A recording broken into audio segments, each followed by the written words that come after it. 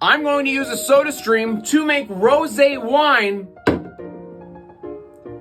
Fizzy.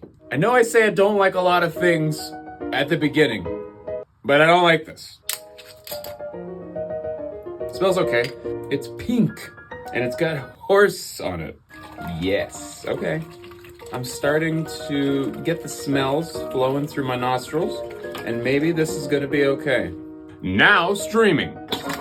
Did I mention that you should only use water with a SodaStream?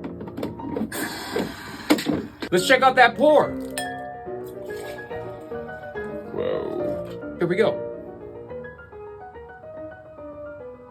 It's pretty good. It's okay. It's not that bad. Just have a white wine. Why does it have to be pink?